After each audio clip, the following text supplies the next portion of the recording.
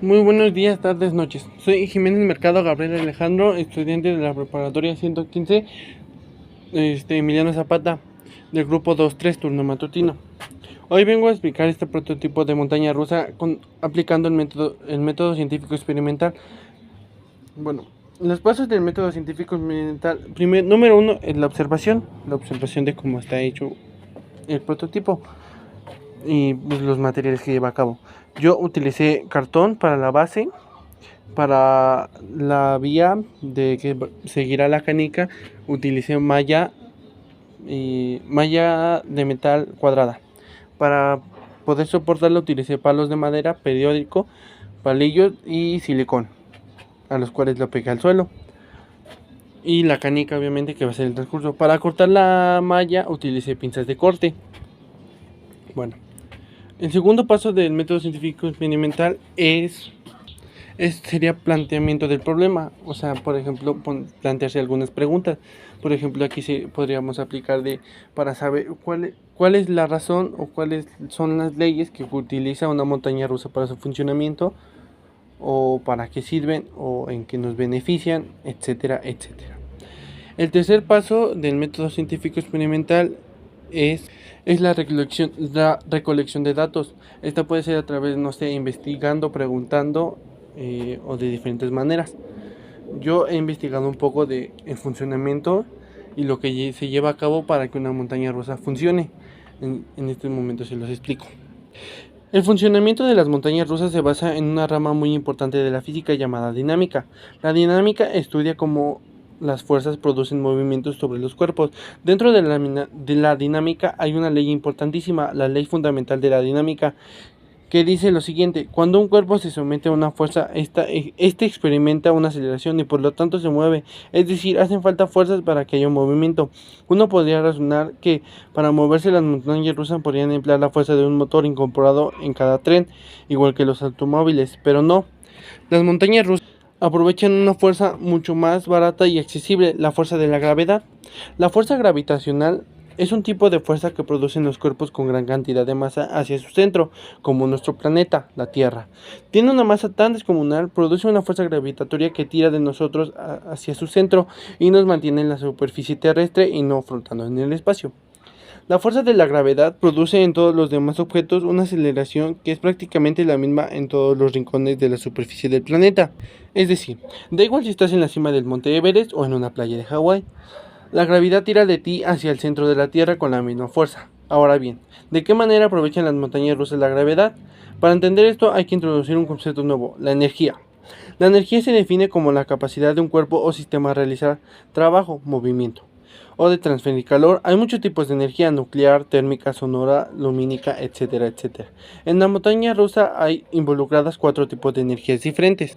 Primero les hablaré de las primeras dos, las cuales son la energía potencial y la energía cinética. Dos tipos de energía que son como dos caras de una misma moneda. Son distintas entre sí, pero no se pueden entender la una sin la otra. La energía cinética es la energía que tiene un cuerpo en función de su movimiento. Cuanto más velocidad tenga un cuerpo, más energía cinética tiene. Así de simple. La energía potencial es la energía que tiene un cuerpo en función de su altura dentro de un campo gravitatorio. Dicho de otra manera, a cuanta más altura esté un cuerpo de la superficie terrestre, más energía potencial tiene. Estas dos formas de energía juegan un papel importantísimo en el funcionamiento de la montaña rusa. Son la clave de todo funcionamiento. ¿Alguna vez has oído que la energía no se crea ni se destruye, solo se transforma? Es completamente cierto. La energía potencial, altura, se transforma en energía cinética, velocidad. Y luego energía cinética, velocidad, se transforma de nuevo en energía potencial, altura. Ahora bien, para que una montaña rusa funcione y pueda aprovechar la gravedad, primero tenemos que proporcionar una de estas dos formas de energía. Los ascensores acumulan energía potencial en ellas. Un sistema motorizado hace ascender el tren hasta una determinada altura, con lo que obtiene una energía potencial, que en la caída se transforma en energía cinética. Piensa en cómo el ascensor de Shambhala asciende el tren hasta los 76 metros de altura para dotarlo de la energía necesaria para completar el recorrido. Los sistemas de lanzamiento hacen todo lo contrario, acumulan energía cinética que luego se pueden convertir en energía potencial. Un Enred Force Ferrari Land 2017, un sistema de lanzamiento que hace que el tren alcance los 180 km por hora, una energía suficiente para seguidamente alcanzar los 122 metros de altura.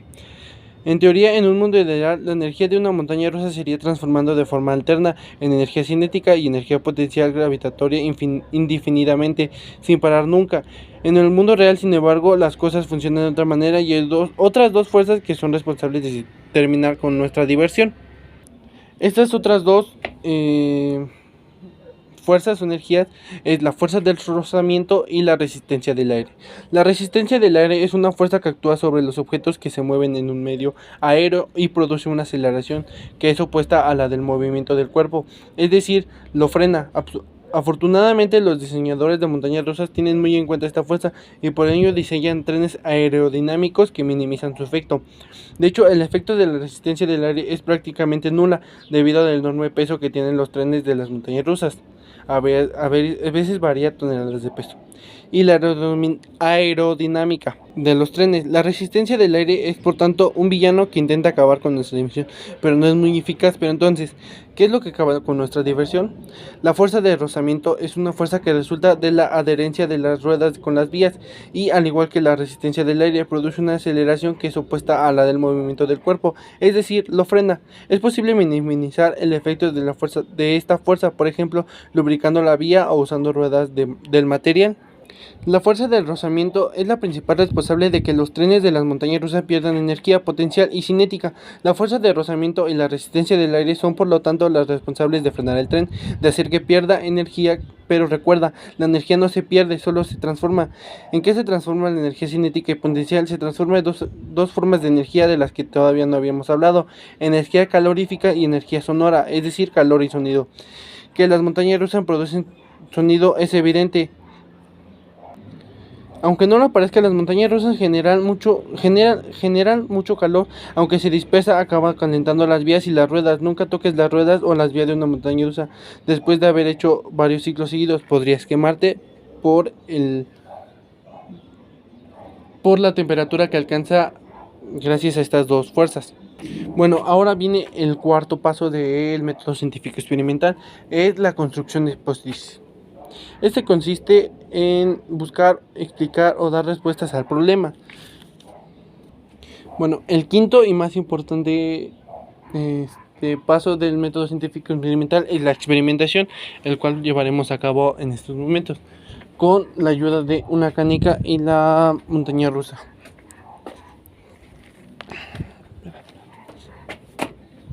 Bueno, aquí esperemos que salga. Aquí puede haber varios problemas, ya que no siempre, por eso se llama experimentación, ya que no siempre puede salir todo a la perfección o bien. Pero bueno, aquí les voy a mostrar el recorrido que empezaría la rueda. ¿Ven? Por ejemplo, ya se cayó.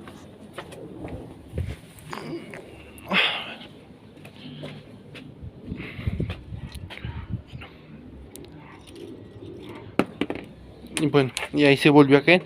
Aquí, ¿cuál sería el problema? Podría ser que una de dos, bueno, o más, que la canica no sea del tamaño para la montaña, o que la montaña no esté muy bien colocada y esto provoque la caída de la canica. Aquí probaremos con otra canica. ¿Ven? Esta sí llegó.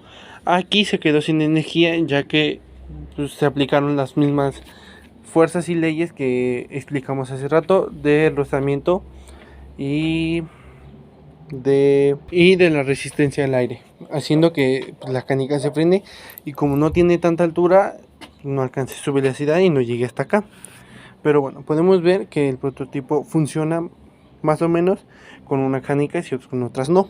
Aunque bueno, también puede depender de la masa del objeto físico. El objeto físico se denomina objeto físico a un agregado de materia ordinaria que es un conjunto de varias materias, pero que se trata como si fuera un cuerpo único. Por ejemplo, en esta podemos observar que tiene, por ejemplo, colores adentro, el cual son varias materias, pero están unidas en uno solo, que es un objeto físico. Igual sería con estos, por ejemplo aquí, o tiene muchos materiales en ella, pero pues no los podemos ver, entonces se considera como un objeto único. Y la otra es la masa. La masa es una magnitud física y propiedad general de la materia que se expresa la inercia o resistencia al campo de movimiento de un cuerpo. De manera más precisa, es la propiedad de un cuerpo que determina la aceleración del mismo cuando éste se encuentra bajo la influencia de una fuerza dada, por ejemplo de la gravedad. Y bueno, el siguiente paso del método científico experimental sería el registro y análisis de datos. Esto sería organizar la información que ya vimos, obtuvimos a través de lo que investigamos y del experimento.